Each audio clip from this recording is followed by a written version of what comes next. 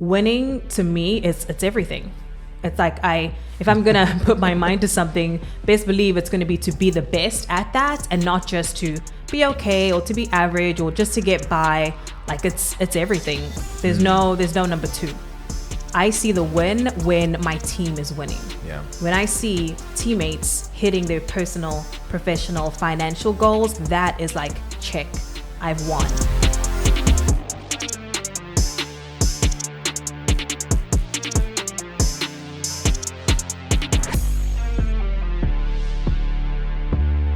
Welcome to the Takeover with Tim and Cindy, where we show you how to dominate every area of life and business. Let's get winning. Welcome to the Takeover with Tim and Cindy.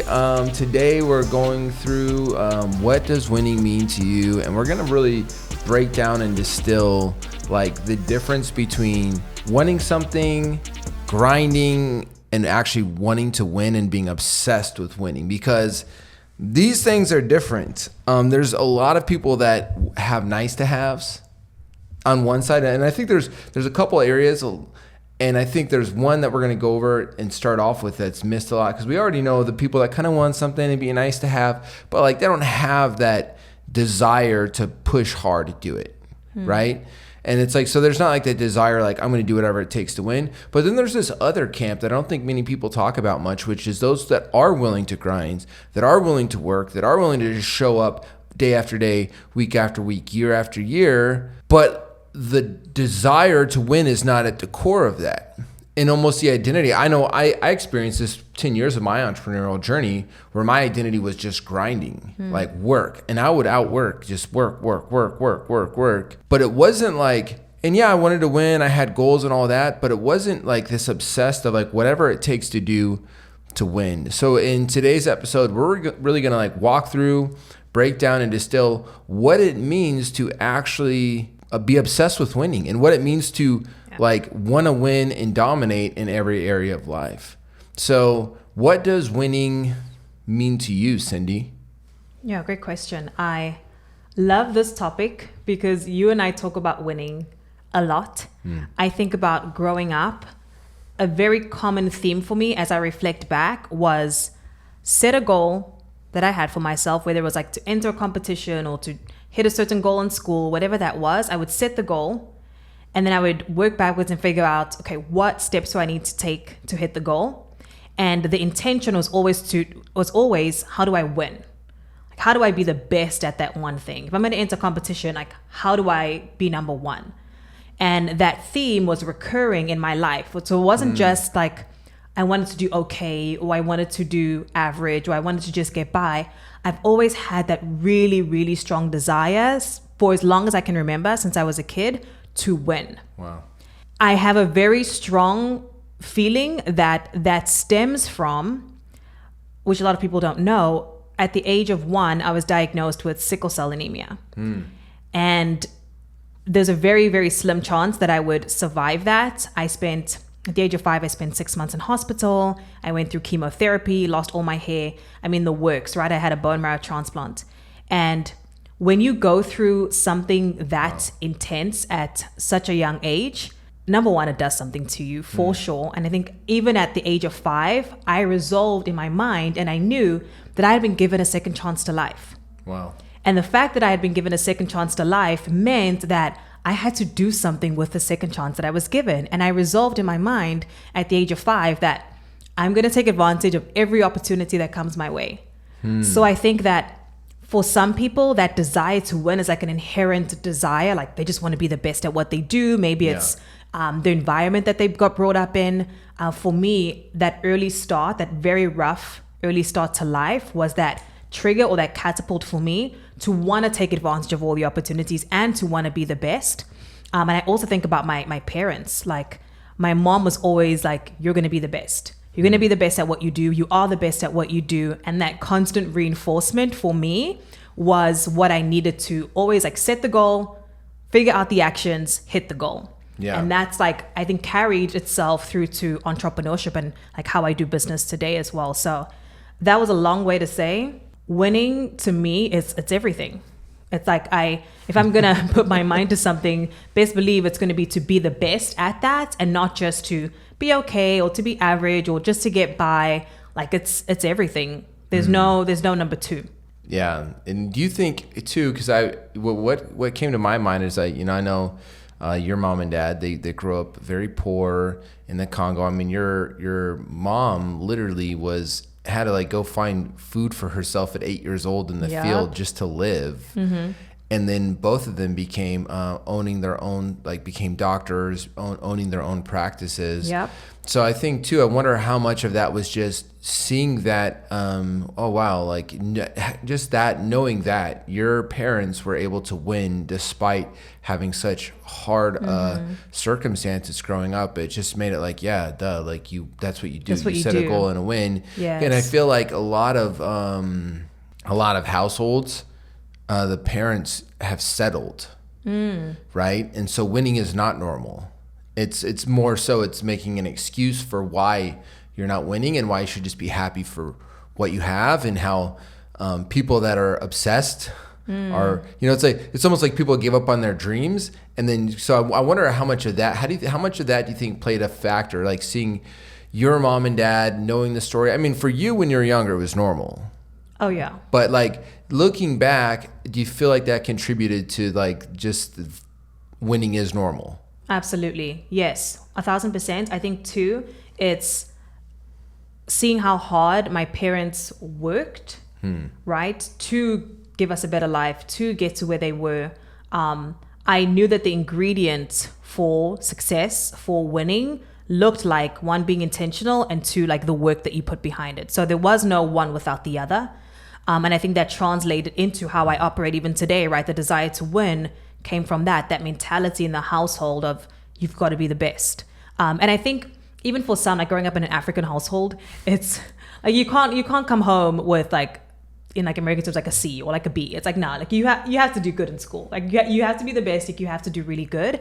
And for me, like I was okay with that because I also had that desire to want to win and to want to be the best. And for some people, that kind of environment where you are pressured by your parents to like make sure you do good in school, like make sure you get A's and that kind of thing. For some people, people don't like it. Some people actually will do the opposite, right? And like rebel. But for me, which stems from like that really rough childhood of going through a transplant, going through chemotherapy that early on, that was fuel for me. And that was the default. Like, of course, like I have to win. I have to be the best.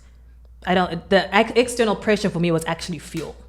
But I love what you said about that though, right? Because some parents, some environments, some households, that's not the norm or the default. And I kind of want to actually, I want to touch on that a little bit, because there might be some people watching that are like, they never had an example of what it was like to win. And they want to, but like they haven't had the confidence to see that you can set the goal, create the action plan, you do the action plan, and you do whatever it takes until everything is completed to hit the goal. Like that for you from a young age seems like a pretty normal pattern. But for a lot of people, it's not. I know for me, it wasn't. It was, work hard, do things. Maybe it works, maybe it doesn't. And I think for a lot of families, it could be work hard, do the thing. The biggest thing is like work hard, be honest, which are good things. Or like even households where the parents weren't like hard workers. So like, what would you say to somebody that needs to cultivate that desire to win? Like, how do you even, I know Andrew Carnegie said, if you're going to go create, and Andrew Carnegie, if nobody knows, he was the richest person on the planet for his time, the equivalent of, I think like $600 billion. So he's worth like 3 or 4 times of what Jeff Bezos was for his modern day. So very, very wealthy guy. And he said the starting point of all achievement was a deep desire. And the very first thing you have to do before you go out and start creating stuff is you have to create, like drum up this burning desire. And we can associate with what we're talking about today is the goal, the desire, that burning desire, the obsession to win. So what would you say to people? Because I know for like our team, we want to set clear, here's what it looks like to win in your role. And there's not one person I've ever met that didn't get more fueled by winning. And want to win, make it easy to win. What would you say to those people that are like, nah, I haven't had a pattern of winning, and it sounds awesome, but they're almost a little bit discouraged. Like, I can never be Cindy. I can never be like that. I mean, I wasn't born that way. What would you say to them how they could cultivate it? Yeah, it has to come from inside, right? I think about the example of there could be in a household, maybe you grew up in like a very rough, maybe it was like an abusive household, or like circumstances were really rough as a child. Two children in that same household, one could use that environment as an excuse as to why they didn't win or succeed or pursue their dreams or their goals. And the other could use that as fuel to succeed, right? To hit their goals, to win. And I think it's using what you've been given, because I very strongly believe God's given every one of us an opportunity. I agree. Right? And so you get to decide. You get to choose whether you want to use like external circumstances, what you've been through, where you are now as an opportunity, or if you're going to use it as an excuse. And I love what you said, which is it has to start from like that internal burning desire, right? So think about, what is that desire for you? Is it the desire to maybe go very far away from the kind of childhood that you had, right? That could be a desire. Like, I want to be so far from this kind of environment. I want to create the kind of family where, we have an awesome childhood. Like, my kids grow up and they're great. They don't grow up in like a very rocky environment. Like, that could be a desire for you. Or that desire could be like, hey, I actually want to go for like my goals and my dreams, and I want a better life. Like, it's okay to have those desires. And I think it's the perspective that you take on your environment and on a situation that determines the outcome. Because two people will see the same, like, say, growing up in the same household, they'll see it very differently, right? And so I think it comes down to the perspective that you take on it, and then that burning, fueling desire that's going to propel you toward the goal. I'm curious for you, we speak about this a lot, that journey of entrepreneurship, where you mentioned that you didn't always have that desire to win. One thing I know about you is that you are an extremely hard worker. Like, you will grind and work. When did that shift happen for you, going from just grinding and like doing what it takes, because sometimes it does take a grind, to switching that perspective to like, how do I go from not just grinding, but actually winning? When did that shift happen?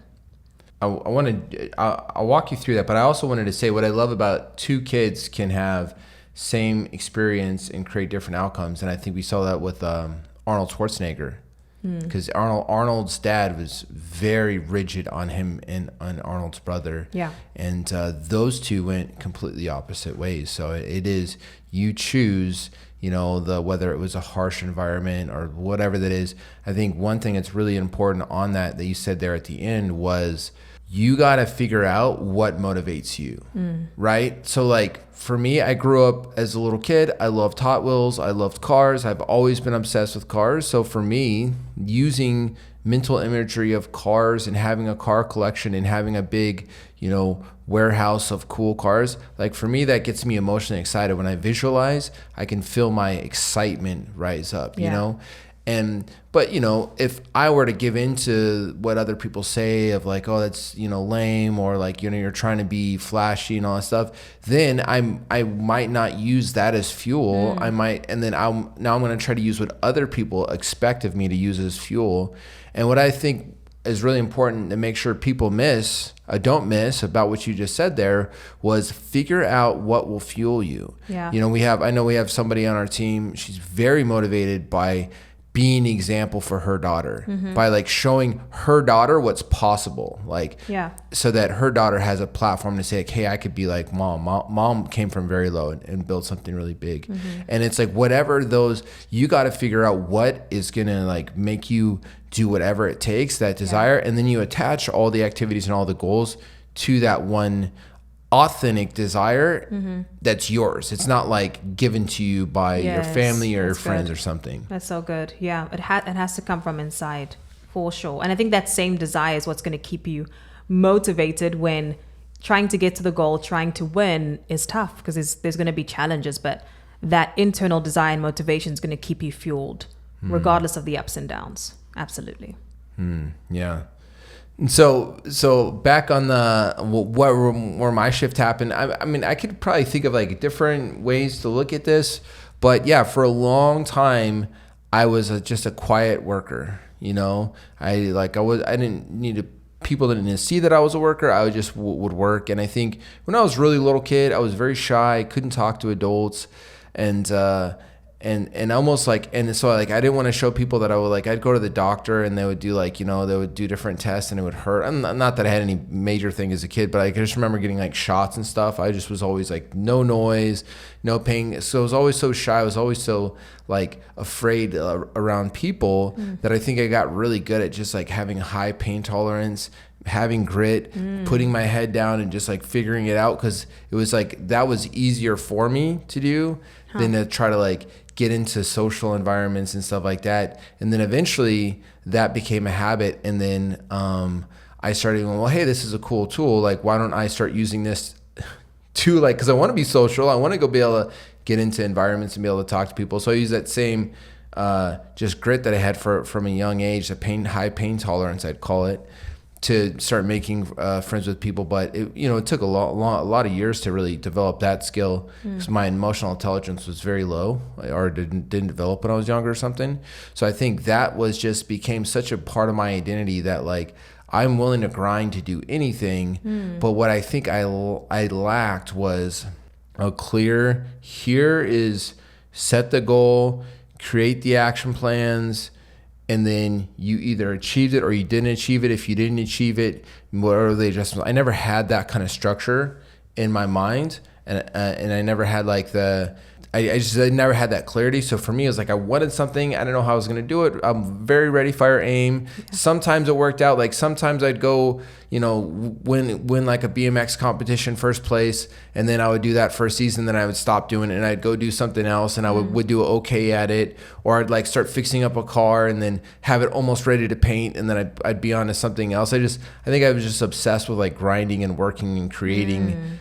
And I think when it shifted is like probably 10 years into entrepreneurship of just grinding, hitting like these caps where I'd make this much money and then it wouldn't work and all that. And then I had so much identity behind it that I was like, there has to be something more. And when I met you, that it was like, oh my gosh, you had such clear, set the goal, do the action, like win. And you saw like I had some success. For sure. I was doing I had like a very low 7-figure business when we met. And so for me, that was like a huge breakthrough. I was looking at Lamborghinis and all that stuff, which was stupid then.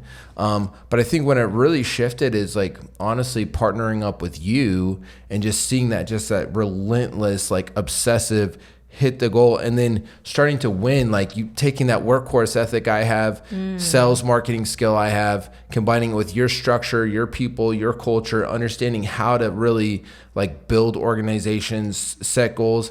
That's when I started getting like addicted to it. It was like, oh shoot, like we could really. So I think, but it wasn't over time. It was more like I looked back and I realized like, there was most of my life I've just had an identity around being a hard worker. And I think that's something that nobody talks about this one. Yeah, that's like, absolutely. That's one of the people that they don't talk about because everything's glorified is to do the hard thing. No, do the smart thing. Yeah. Do whatever thing it takes to hit your goal. And sometimes that's not work harder. Sometimes that's like, okay, instead of trying to get 5 deals a week, why don't I just 5x my prices and get 2 deals a week?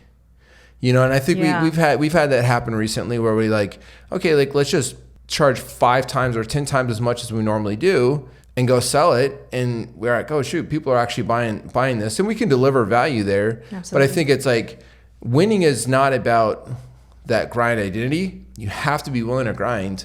But I think it's like winning is about winning, and it's about hitting the goal. It's about achieving the goal. And when you win that goal, like it builds momentum to win the next goal and then the next goal and the next goal. Yeah. And for me, I think that was a really big shift when you and I partnered up in business together, because you're just so structured with stuff. And then I think it was just like our synergies work together so well to create some pretty awesome wins. For sure. I want to touch on one thing that you said, which is that sometimes it isn't the grind that's important, right? Sometimes you have to make the smart move in order to win. If I think about entrepreneurs or even people that are just trying to go to the next level in their lives, in their careers, etc., why do you think winning mentality is important versus just like grinding and working hard? Do you feel like everybody should have that desire to win? Yeah, I mean, absolutely, 100%. And if I think about it, I think a really big turning point was me really digging into Andrew Carnegie's life. Because I read through his biography and how he said the starting point of all achievement is that deep desire and like that burning desire to achieve something. And I think, yeah, absolutely. Because if you don't have that clear, like, here's what I'm trying to achieve it, cool, check it off, and you go to the next thing and achieve the next thing. If you don't have that cycle, then you're just grinding. And you can only grind for so long until you're like, it's kind of pointless, right? Like, it's cool, I've got an identity, but how many people here have themselves or have a parent or an uncle or somebody who's one of the hardest workers but has never achieved much, or at least they've not achieved the life that they know they're capable of, or they haven't achieved the life that you'd want to achieve for yourself. And so the whole, like, this is what I hate when people are like, work smart, not hard. Or like, no. Work smart sometimes means I got to do hard work, and work smart means sometimes I got to do like exponential thinking type work here. And so I think for me, the big thing was you can only do the grind identity for so long without winning, or without like having clear wins. It's like, I was making money, I was starting to grow, but it wasn't this clear, like, okay, I won, I accomplished that. Boom. Next thing, accomplished that. It was vague. So it was like, okay, I was making, how much money a month, and pretty profitable, but it was so vague. Like, I never got that moment of saying, like, okay, I accomplished this, now the next thing. And I think if you don't have that, then the amount of progress happens slowly over time, whereas setbacks happen suddenly. They're strong, they're emotionally. And I think if you don't have that clear goal and vision you're working towards, like, you miss the day-to-day win, the week-by-week win, the month-to-month win, the year-by-year win. That's required, that slow progress of winning that's required to, like, actually win big in the long term. And I think if you don't have those clear milestones, big goal and then wins, milestones along the way, it just gets burnt. You just burn out, and not a good. It's like, it just feels pointless after a while. Yes, absolutely. If you look at all successful people that we can think of it in any arena of life and business. If you hear a lot of their stories, they have a very strong desire to reach their full potential. Yeah. And I think none of us know where the limits of our potential are. But when you have that desire to win, to achieve, to accomplish, you keep kind of pushing yourself to that next level or new levels of your potential, and that goalpost keeps moving, but it's a good thing, right? You actually start to learn more and more about yourself. You start to develop skills. You start to even get uncomfortable and do things that you didn't know were possible, because you are pushing the limits of your potential. So I think a very big driving force for me is, I don't know where my potential stops. Right? I don't know where the limits of my potential are. So why not work and set the goal and hit the goal and achieve, so I can figure out, like, where are the limits of, like, what God has called me to do? Because at the end of the day, like, if your mindset is at average or just do okay or just get by, you'll never, ever reach your potential. And I think every one of us has very unique talents, abilities, gifts, right? Things we've been called to do in this life that require you to have that mindset of, I have to be the best at what I do. Like, I have to achieve. I have to do better than I was yesterday. And I think when you can shift your mindset from just getting by to actually winning, achieving, that's when you start to break past the limits of your potential. And just believing that it's normal. I think too, because that gives you confidence, right? Because I think I'm assuming with a strong belief that anybody watching this right now, like, they want to win. They're high performers, and so they're watching this going, hey, there might be areas that they totally resonate with, and there might be areas they have questions with, like, how do I apply this, all these different pieces. And I think at the end of the day, having just that clear desire, milestones along the way, so you can celebrate the victory day to day, like a small win. Like, we celebrate 3 wins every day. At the end of every day, we go, here are the 3 wins we had today. Here's 3 wins we're expecting tomorrow. And now it gets you into constantly where you're winning, and your mind is starting to see yourself winning every single day, which that sets you up for the big win, because your mind craves to be told like, Good job. boy, good Yes, job, you good did job. great. Like we crave that. And we're little kids. Like, do you see me, Daddy? I just jumped off the couch. Good job, son. Like we crave that. And like, we need to give that to ourselves. And I think that's what the incremental wins every day does for us. And then that big win is that big, good job, son. I'm so proud of you. Like, you know what I mean? And it's like just treating ourselves like that. But the cool thing is we get to give that to ourselves. And I think for me, that was the biggest breakthrough is when I started just allowing myself to celebrate the wins. Yes. In that sense, not, going out and buying bottle services. No, for sure. I think those small wins along the journey make it so worth it. And that's how you build momentum, is through small wins accumulated day in and day out. And it's not that one big win that you have on this one random day. It's those small wins that accumulate over time that build massive momentum to help you accelerate toward your goals. I'm pretty sure every one of us has won something at some point in our lives, right? And that feeling that you get when you win, it's like the best feeling in the world, right? So why not give yourself that feeling of like, I achieved something, I won. And you can actually look for the wins every single day. I mean, at our team, one of our core values is winning is our resolve. Like, we win no matter what. And we've trained the team to look for small wins every day. And that's so powerful because the perspective that you take on situations, on challenges, maybe one of our teammates had a really rough day, but they're trained to like look for the wins in that day. What went well? Throughout the struggle, the challenge, whatever was difficult that day, how can I find the areas that I won, that I achieved, or that something went really well? Because you're also training your mind to spot the wins, right? When you shift that perspective. So, and it's just neurochemical in your brain. When you win, you get dopamine, serotonin. Like, I don't know all the exact ones, but I know it's like you feel good. When you feel good, your body goes, hey, do that thing again. Do more of that. And then when you feel bad, like when you stress, oh, today sucked, it was bad. You have cortisol, stress. It lowers creativity. I don't know if people know that. Lowers motivation. All these things. Which, guess what? If you're not as creative, you're not as motivated, you're not as energized. Like, you're gonna have less likelihood to win. So creating those little wins makes a big difference. I know for us, that's like it makes life fun. Like, let's just agreed. It makes the journey toward like, the just goal have fun, enjoyable.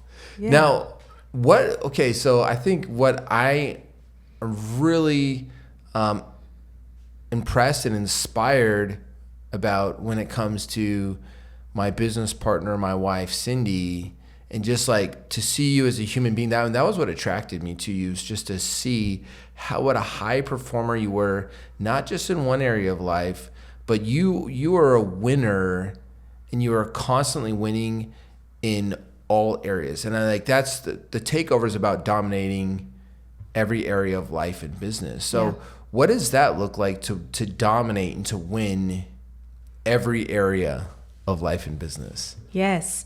Well, let's start with our marriage, our relationship. Being a wife, for me, winning in that area is being the absolute best support that I can be for you, partner, right, collaborator, the person that's going to help you reach your potential. I feel a very strong calling as your wife, like to not even enable, but support you to be the best that you can be, right? So if I can like have your back and support so that you can reach your potential, that's a win for me in the area of like being a wife, right? Being that person that you can go to for help or for support, whatever that looks like that you need.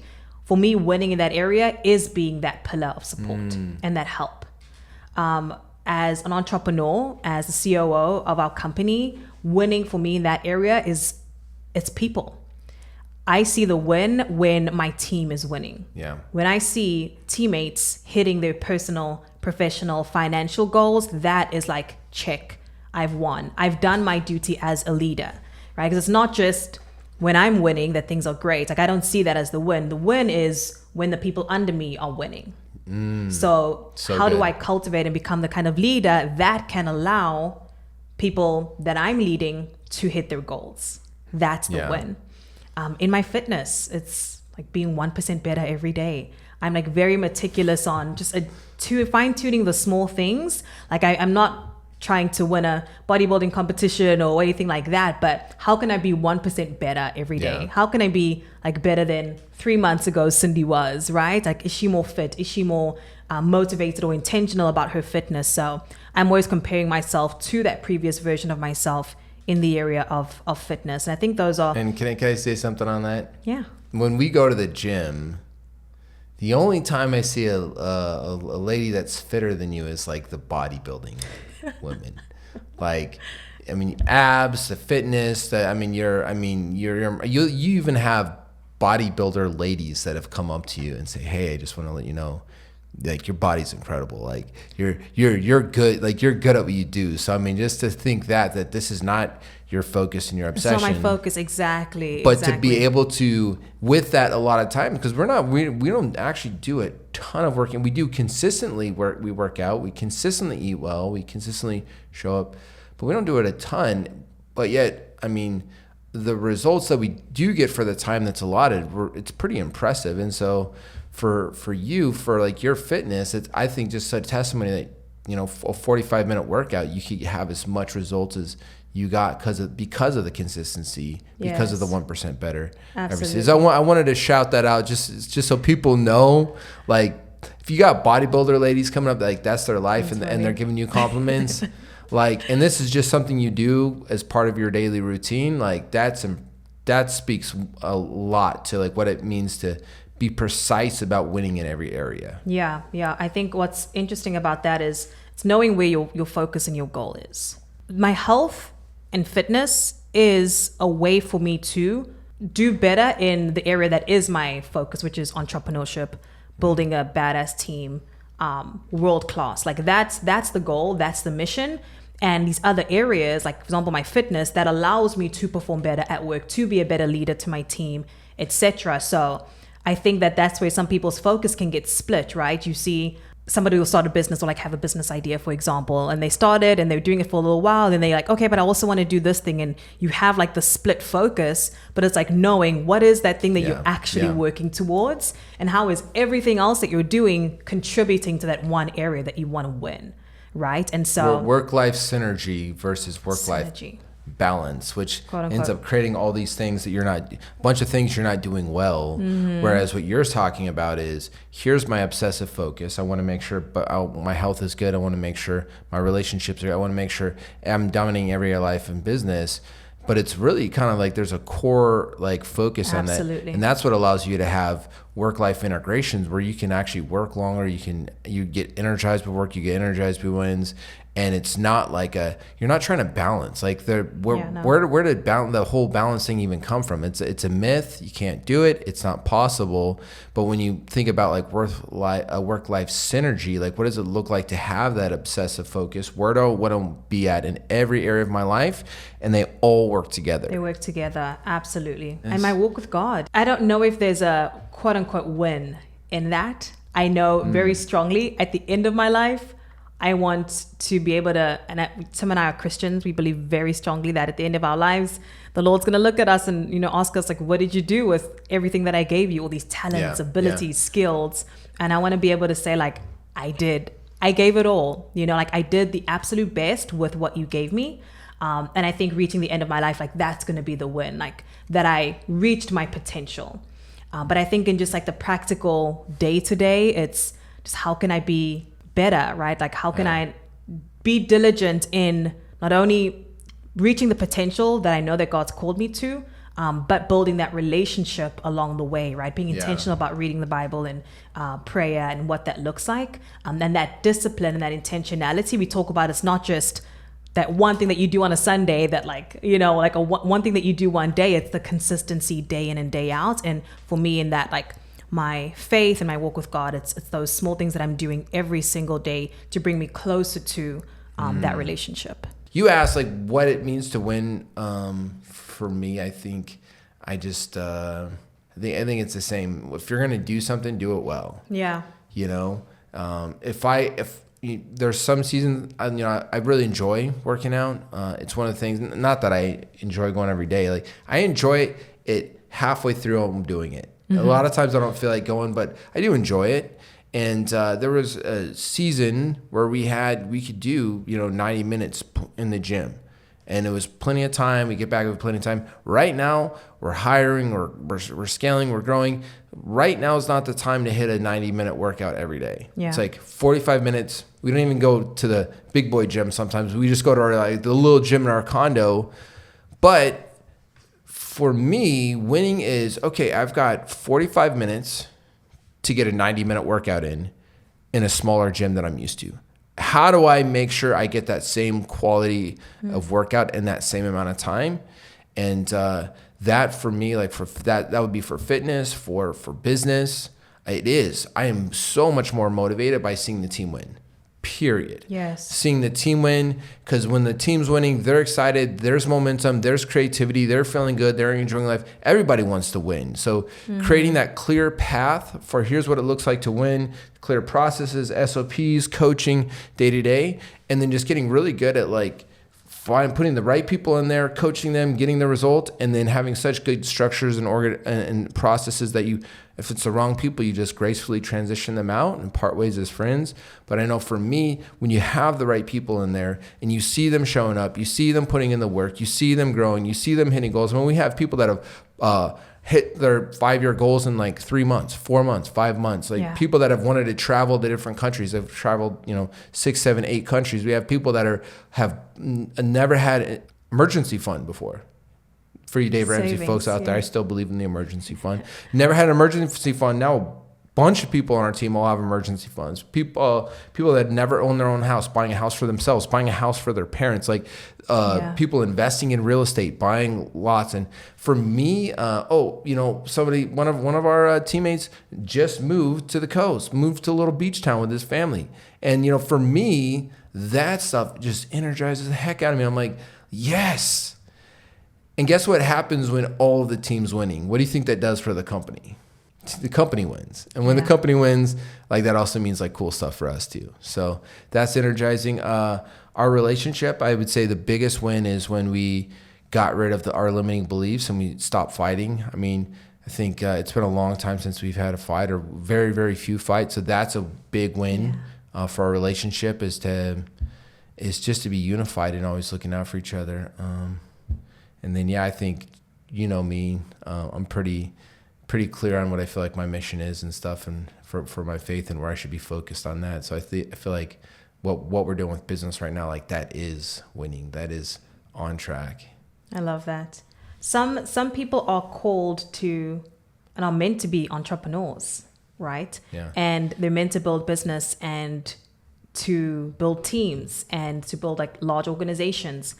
For some people that are not, right? I think it's very clear if you're called to entrepreneurship or not. I think some people want to be entrepreneurs because of what society and social media paints as you need to have a side hustle, you need to have a business, you should all be an entrepreneur. And that's not everybody's calling, right? If you talk about winning in all areas of life and business, and you want to be winning in your career with a business, you need to know if that's even the route that you should be taking, right? So for you, how do you distinguish? If I'm maybe I want to start a business, or I've tried it and it failed, and we have so much in culture and in society that's you need to start a business, and a lot of people fail with entrepreneurship. What would be your advice, or even just the perspective that you take around? Not everybody's called to be entrepreneurs, and that's okay.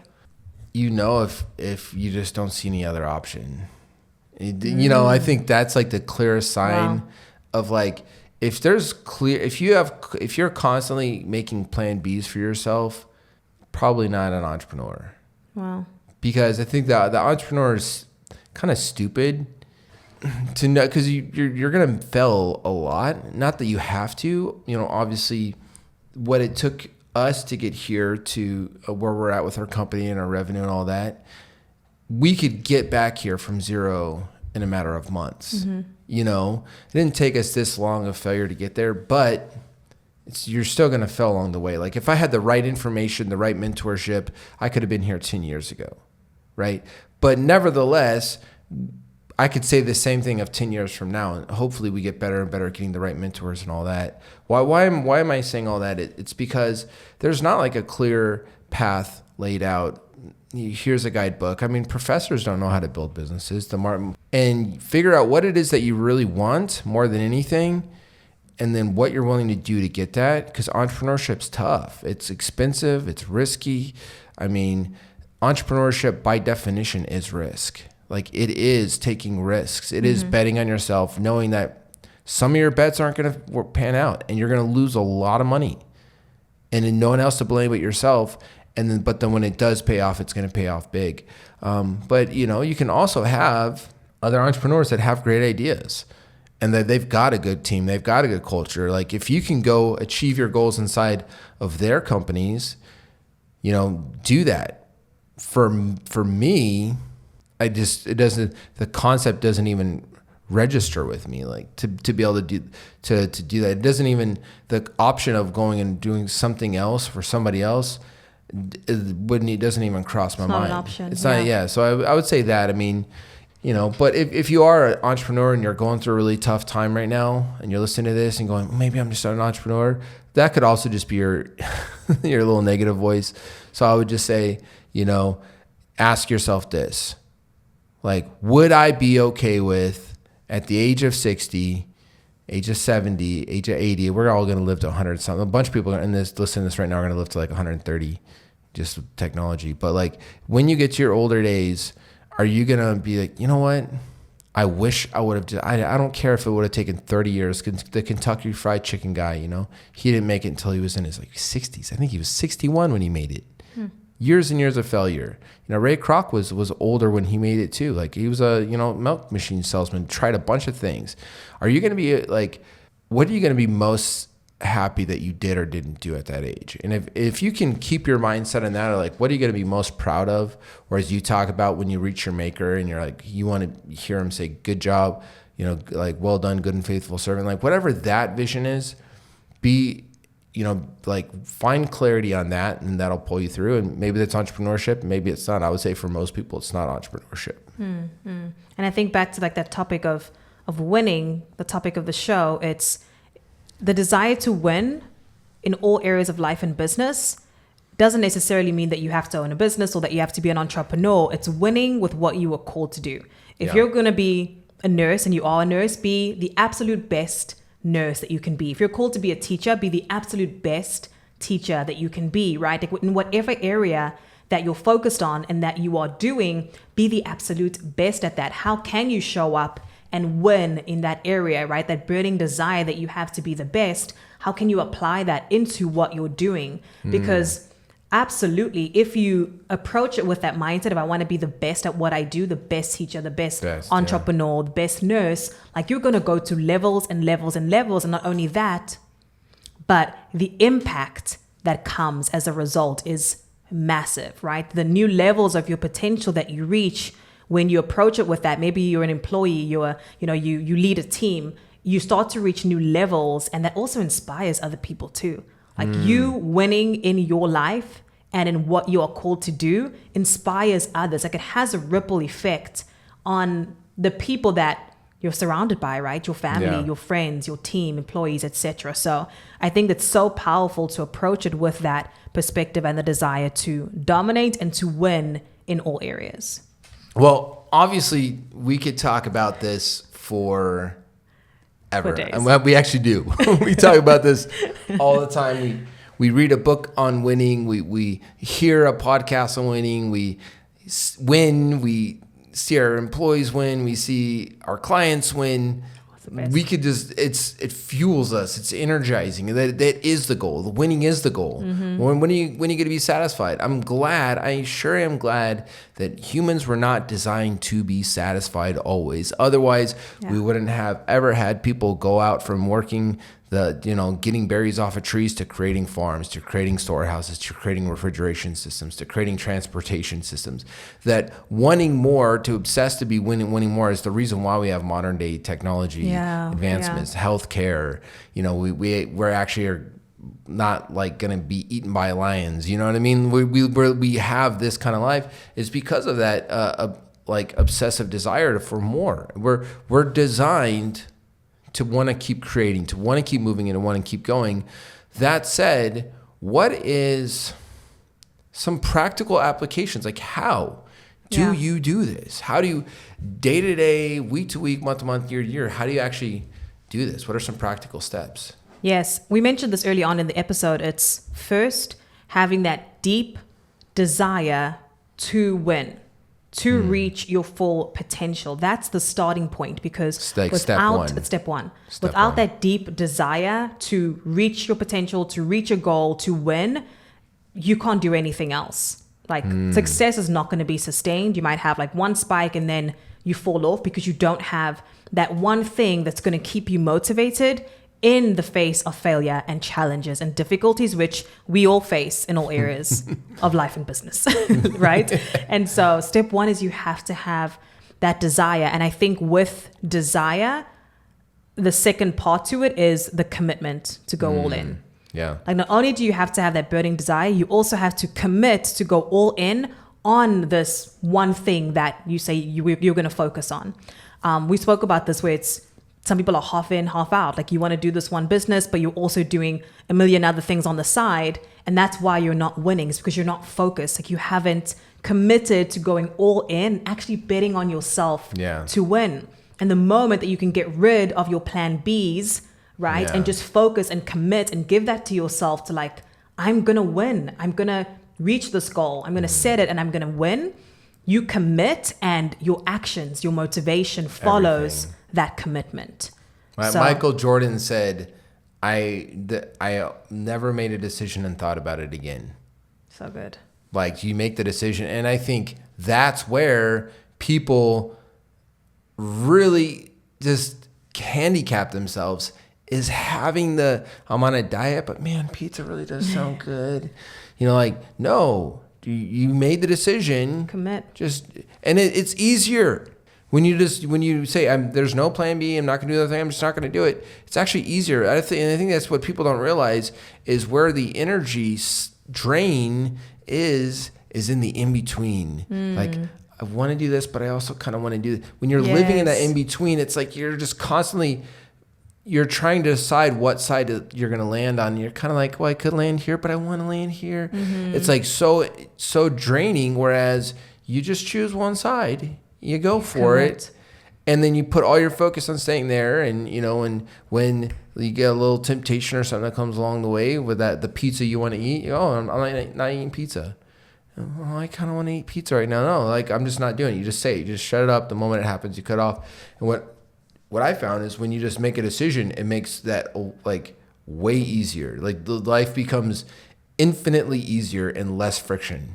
Yes. Think about any of the greats, right? They decided on one thing and they committed to being the best at that one thing.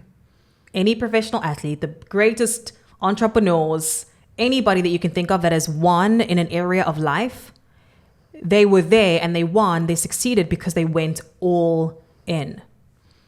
Right? All the people you look up to, they were obsessed. They were obsessed. They focused and they committed to one thing. And I think if we can all take that perspective of just commit and go all in, no matter what it takes, you're going to win. You're going to see success. But if you're half in, half out, or you're trying to be successful in like 5 or 6 or 7 different areas, your energy is split, your focus is split. And that person that is going all in that one area, while you're trying to do 7 different things, they're going to win. They're going to outpace you in that area. And so if you're trying to do three games and you come up against Pima, Pima will destroy you. Like, straight up, if you're trying to be in the outbound space and like you're trying to run a bunch of different things, and you come up and you're fighting against the Pima in your industry, whatever that company that's going to do whatever it takes to be the best in the game, the best in the biz, and is like accomplishing that at like rapid speed, you try to step into that, whether it be like you're fulfilled by Amazon or like a e-commerce store, or you're trying to start a coach, or whatever that business is. If you're just doing that as a side thing, you are going to have other people that are obsessing over it like we do with our company, and you're up against them. There's absolutely no way. And I think we talk about this a lot.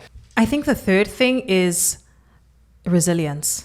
Resilience is that thing that is going to allow you to keep going as you get punched in the face over and over and over again on the journey toward your goals. And it's necessary, right? Persistence, resilience. That's something that you have to cultivate if you are going to win.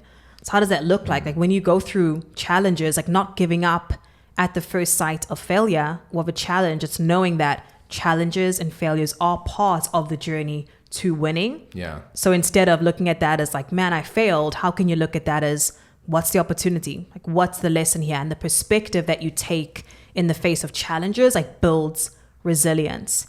And I think the last thing is like surround yourself with winners. Winners want to be around other winners. And the more that you can surround yourself with people that are working towards their goals, they do want to win in life and business. They have that strong desire and that calling to want to do great things. That's going to fuel you as well. So look at your circle. Like, are people in your circle, in your environment winning? Are they winning in life? Are they winning in business? And if they're not, how can you get around people that are winning? Right? Yeah. Because that momentum that you can build and the lessons that you can learn being around other winners, other people that do have the mentality to dominate in all areas of life and business, that's going to affect you, because environment is so important and it's so powerful. And our team, we don't let people into the team who don't have a strong desire to win. Yeah. Because that's going to contaminate everybody else on the team. And it's going to be frustrating. Whereas we're trying to like go towards this goal and we want to win. Not everything. Like what? Get out of our team. You're not a fit. Yeah. So if you truly want to embark on that journey of winning in your life, you have to surround yourself with other people that are winning in their lives as well. So, I mean, to recap today, desire is like the starting point of winning. What is it that you really want? You really want, not your parents want for you, not your friends, not society. What is it that is that burning desire that you really want that will fuel you? And then that's the goal. Create the action steps or create the micro goals, or AKA the milestones to get there. What are the action steps you have to do to hit each milestone? So you're having wins along the way. What does it look like then to win the day, or even break it down to what does it look like to win the hour? So you can win the day, you win enough days, you win the week, you win enough weeks, you win the month, year, life, so on and so forth. So like creating those wins, rewarding yourself mentally. Good job. You did great along the ways. For us, it's 3 wins at the end of every day. We talk about the 3 wins we had today, and we're celebrating tomorrow.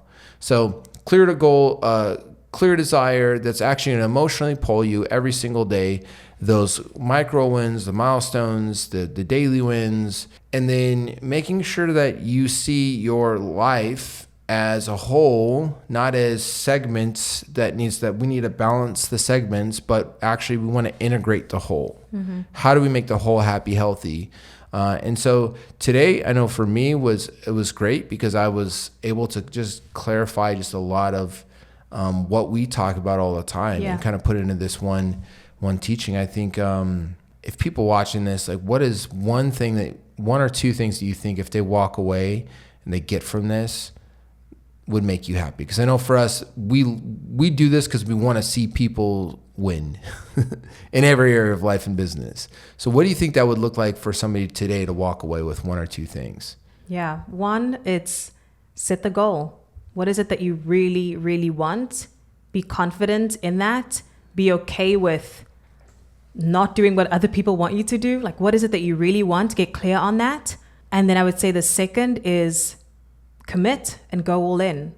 I think there's a lot of keys and tips that we gave throughout this entire episode. And, you could take away anything from this episode and implement today and start seeing results. But I think those 2 things, what is the goal and how can I commit and go all in? 2 biggest areas if you want to win, for sure. Love it. Well, hey, as always, we definitely appreciate having everybody watching this podcast. It means nothing more to us than to see you winning. So if you're listening to this right now, our goal here is absolutely to see you win. So think about 1, 2, 3 things you can take away from this episode and do right now today. And then come back and re-listen to this. Come back, share this. If you have somebody else that like, dang, think of that friend, that colleague, that business, somebody else that is like they've got that spark. They want to win, and you feel like this would be good for them. Share that with them. don't hide this. If you got some value from this, share with me. Now, if you didn't get any value, don't share this at all. I don't even know what the heck you're like doing, still listening to this podcast right now if you didn't get any value. But if you got some value and it helped you, I'm sure you could think of somebody else that could help. So make sure to share that with them. And as always, rate this. How do they do that, Cindy? How do they rate us? I'm learning the game. I'm pretty sure there's a rating button on one of the platforms that you're listening to this on. So for sure, give us a 5-star review. Let us know what you like about the show, what you're enjoying about the show. It really helps us to better serve you all, and so we can continue putting this show on, because ultimately, domination is not a destination; it's a way of life. Stay winning. See you soon, everyone. Bye for now.